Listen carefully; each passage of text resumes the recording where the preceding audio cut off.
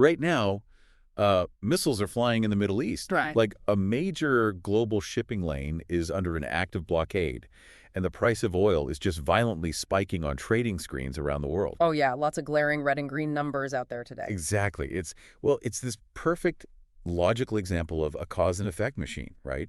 The market sees a massive geopolitical threat to energy supply, and it instantly prices that risk in. Right, which makes total sense. It does. But then you step into the world of the global nuclear fuel supply, and suddenly that logical cause and effect machine just seems completely broken. Yeah. We are looking at a market landscape right now that is honestly baffling. I mean, it is the absolute definition of a market paradox. We have raw chaos on the ground, yet the daily price of the fuel that powers roughly, 10% of the world's electricity is completely ignoring it. Welcome to this deep dive. Today we're unpacking a critical, just heavily packed week ahead in the uranium market, specifically July 20th through the 24th, 2026. A huge week. Oh, massive. And our source material for this comes directly from the latest Uranium Unleashed briefing. Our mission today is to decode how these live geopolitical shockwaves are colliding with hard structural production data from mining companies. And what that actually means for you and the global energy grid. Exactly. We're going to travel from a volatile Strait of Hormuz down to a uranium mine in the deserts of Namibia and then finally up to the remote Canadian wilderness just to figure out where the global nuclear fuel supply is actually heading this week. Because as Monday opens, the market is staring at two massive realities that seem to be existing in, parallel universes. Yeah. You cannot even begin to understand this week's uranium pricing without fully grasping the geopolitical backdrop that's setting the mood for the whole market. Okay, let's unpack this. The macro environment is currently in severe distress. We really need to look at the collapse of the U.S.-Iran ceasefire. And just jumping in here, for the listener, we are looking at these events purely as market inputs and data points. We aren't taking any political sides here. Right, just strictly the facts on the ground. Exactly, and the facts are severe. The 60-day Versailles Islamabad ceasefire framework, which was just signed back on June 17th, formally collapsed over the July 8th weekend. Yeah, that fell apart fast. Really fast. Former President Trump declared it, quote-unquote, over on July 8th, and we are now looking at an active military conflict. And the scale of the disruption is vast. I mean, the U.S. has struck over 90 targets across Iran. Wow. Yeah, and in response, Iran has hit and disabled 2 tankers in Omani territorial waters right in the Strait of Hormuz. We are talking about a maritime route where approximately 20% of the globe's oil flows. Which is a massive choke point. Huge. And there has been 1 confirmed crew member fatality. So, predictably, oil prices surged more than 9% on this resumed blockade alone. Right, because of the immediate supply threat. Exactly. Now, while Qatar and Pakistan are actively trying to mediate and, bring the parties back to the table, Iran currently states they have absolutely no plans for negotiations. So the diplomatic track is heavily fractured. Heavily fractured. So if that diplomatic track is broken, the prior risk of a new nuclear deal is just completely gone right now. That matters because previously, a deal might have actually lowered uranium prices by deflating the geopolitical risk premium. Right, it's vanished. If anything, the risk premium should be returning with a vengeance right now. And yet, the daily uranium spot price has barely flinched. Not at all. No, it's been consolidating in this really tight $84 to $87 range since early April. It currently sits at $85.70 a pound. Okay, but here is the kicker.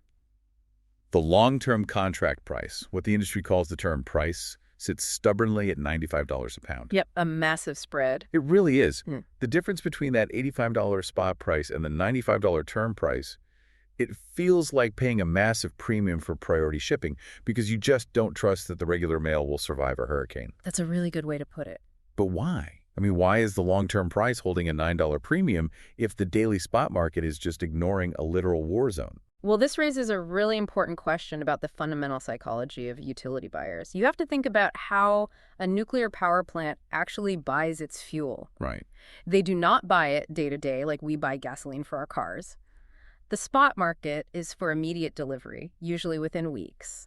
And it's a very thin, low-volume market. Okay. Because the fuel fabrication process takes so long, A utility company always holds anywhere from 12 to 24 months of physical inventory right on site. Oh, wow. So they have a massive buffer. Exactly. So if a utility fuel manager in Chicago already has enough fuel to keep the lights on until 2028, they might just sit on the sidelines and watch the fireworks in the Middle East without, panic buying on the spot market today. Okay, that completely explains the muted reaction at $85. That makes a lot of sense. They're totally covered for the immediate future, so they aren't rushing to place emergency orders this week. Precisely.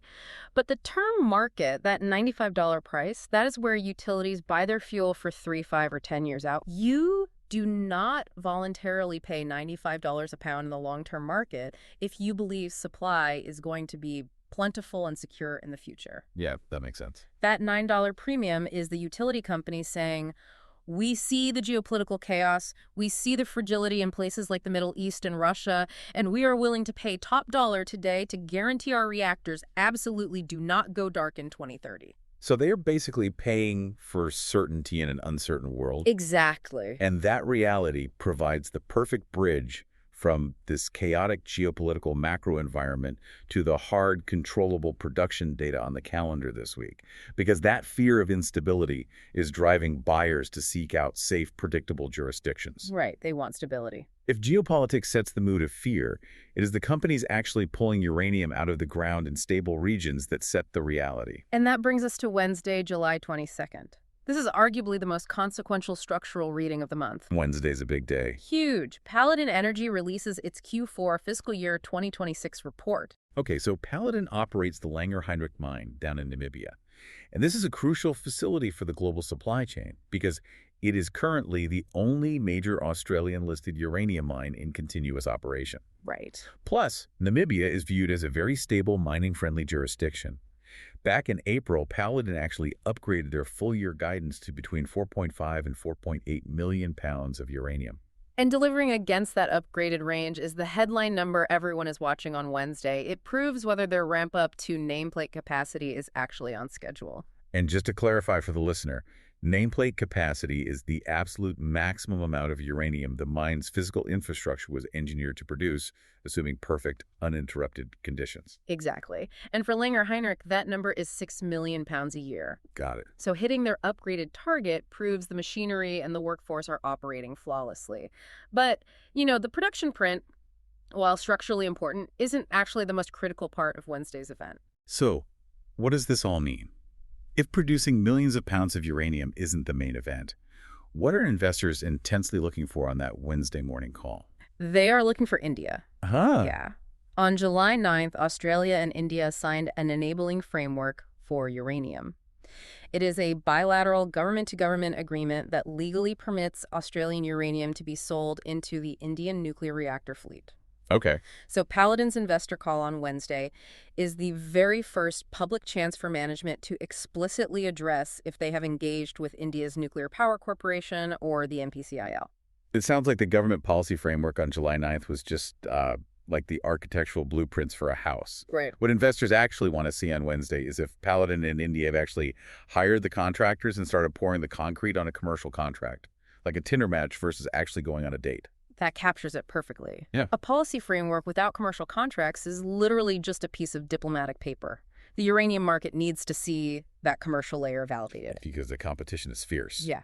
Oh, absolutely. You have to remember the competitive landscape Paladin is operating in.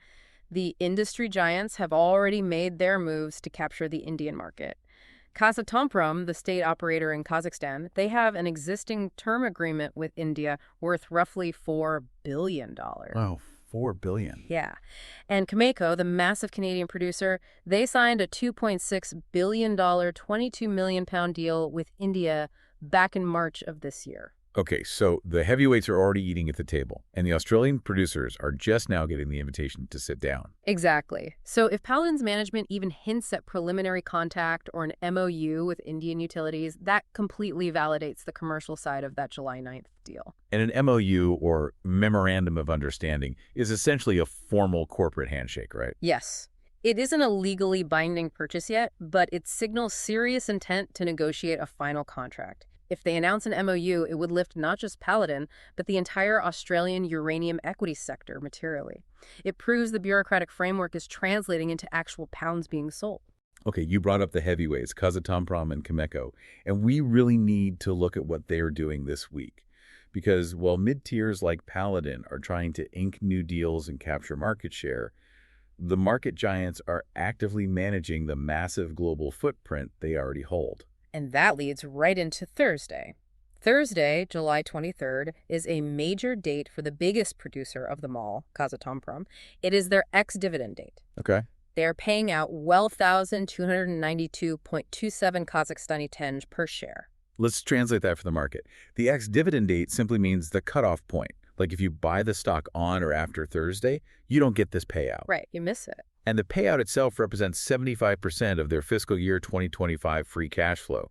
Free cash flow being the actual cash sitting in the bank after the company has paid for all its operating expenses and capital investments, like new drills and infrastructure. Distributing 75% of that is a massive allocation of capital back to shareholders. It's huge. It is the absolute maximum policy level for their dividend, and it signals a very specific corporate posture. How so? Well, Kazatomprom has been aggressively preaching a strategy they call value over volume.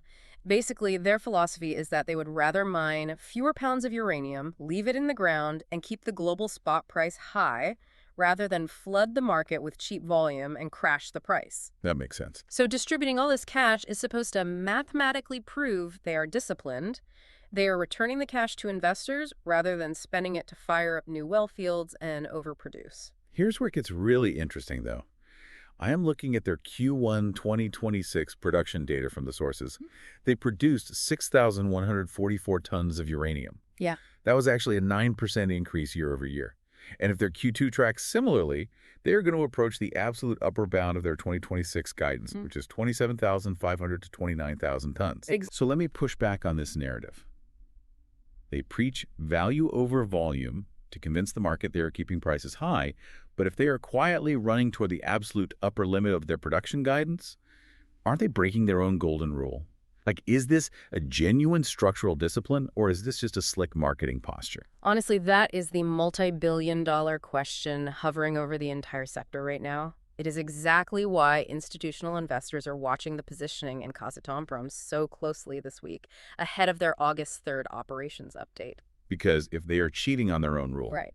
If they're quietly inching toward the top of their production guidance, it heavily suggests that the financial temptation to capture these $85 spot prices is overriding their stated restraint. Wow. Kazatomprom's production discipline is arguably the single most consequential supply variable for the entire uranium market heading into 2027. If they lose discipline and open the taps, the price floor could get very soft very quickly. Okay, so while Kazatomprom is walking that precarious tightrope between volume and value, Campo's sitting on the other side of the world preparing for their July 30th earnings call from a position of undeniable strength. Oh, Cameco's operational momentum right now is remarkable. Their Q1 earnings per share beat Wall Street estimates by nearly 10%. Which is huge for a mining company. It really is. And just as importantly, their flagship Cigar Lake mine in Canada successfully restarted on July 15th with its full 2026 guidance completely intact. Nice. The reason a 10% earnings beat matters so much to the broader market is that it proves mining companies are highly profitable at current long-term prices. It sets the negotiating tone for the entire sector. Campo walks into next week's earnings with a perfectly clean supply narrative. Okay, so we have the giants flexing their operational muscles on the calendar. But we know from history that in the uranium market, the biggest market movers are often the unscheduled wildcards. We need to shift our focus from what is scheduled this week to the physical realities of what isn't happening. Yeah, the developing bottlenecks and the deafening silences. Let's start with the physical bottleneck in Niger. The Niger-Benin border crisis. The expert committee finished drafting their diplomatic agreements to resolve the standoff back on June 21st. But as of this week, that border remains completely closed. And the mechanical impact of that closure is severe. You have a company called Somer, which has an 1,800-ton yellowcake stockpile just sitting there, physically trapped. And yellowcake is the intermediate step in the fuel cycle, right? Yes. It is the concentrated uranium oxide powder that gets shipped out to be enriched into nuclear fuel. Exactly. And they physically cannot export it because the transport corridor to the port of Cotonou in Benin is blocked. Furthermore, this logistical nightmare has officially delayed Global Atomic's massive new DASA project out to 2027. Just because they can't move anything across the border. Right. Reopening the border requires a decision at the presidential level, and there is no disclosed timeline. The market has basically looked at this political friction and priced in 2 years of Niger's uranium being completely inaccessible to the Western grid. That is a lot of supply physically tracked in Africa. But then we have to pivot to the Canadian wilderness, to what is arguably the loudest silence in the entire market right now. NextGen Energy's Rookeye project. Yeah, this is the catalyst the market has been circling since March. Rookeye is targeting 30 million pounds of uranium a year in its first half of life. It is the largest development stage uranium project in Canada. The optics look perfect. NextGen has over 1 billion Canadian dollars in cash. They have their contractors secured. They have their supply chain procurement in place. They confidently promised a summer 2026 construction start. But it has been 5 full weeks since their June 30th annual general meeting. Yeah. 5 weeks of total, absolute silence. No press release, no groundbreaking announcement. The source material for this deep dive puts a 20 to 25% probability on an announcement happening this week. Is NextGen's silence a strategic pause, or just the gritty bureaucratic reality of trying to build the largest development stage mine in Canada? It's a tough situation. It feels like we are waiting for a blockbuster movie trailer that is 5 weeks overdue. Does every passing week make the market more nervous or more convinced that new supply is just years and years away? Well, if we connect this to the bigger picture, this specific delay proves exactly why utility buyers are willing to pay $95 a pound on the long-term market. Explain the mechanism there. Like, why does a delay in Canada justify a premium price globally? Because NextGen is operating in what the industry calls a Tier 1 mining jurisdiction. Saskatchewan, Canada is geologically rich, politically stable, and has well-established mining laws. So it should be easy. Right. It is the safest place in the world to build a mine. If a company with $1 billion in the bank, fully permitted, in the safest jurisdiction on Earth, is experiencing a delay in just putting initial shovels in the ground, it proves mechanically that bringing new Tier 1 supply online is incredibly difficult and time-consuming. Wow, okay. It is a decade-long endeavor, not an imminent event. You do not pay a $9 premium on the term price if you believe a wave of new supply is coming online quickly. NextGen's 5 weeks of silence is basically validating the utilities' fears. The physical friction of moving Earth is crashing into the financial spreadsheets of the market. Which brings us to the end of the week, Friday, July 24th. The scoreboard. Friday is when TradeTech and UXC publish their weekly spot price indicators. This is the first clean, quantitative signal of how the market digested all the variables of the week. We will see if the combination of the Paladin Q4 production data, the Kazatomprom dividend discipline, and this escalating Iran conflict finally breaks the spot price through that $87 ceiling it has been trapped under for 6 weeks. Exactly. If the utility companies have just been watching from the sidelines because their immediate inventories are full, a strong production print from Paladin, combined with the geopolitical fear out of the Middle East, could be the exact catalyst needed to spark immediate buying and break that consolidation. So Friday is key. We are watching closely for any commentary on utility buying activity. That is the only thing that moves the needle on Friday. This is exactly why this matters to you.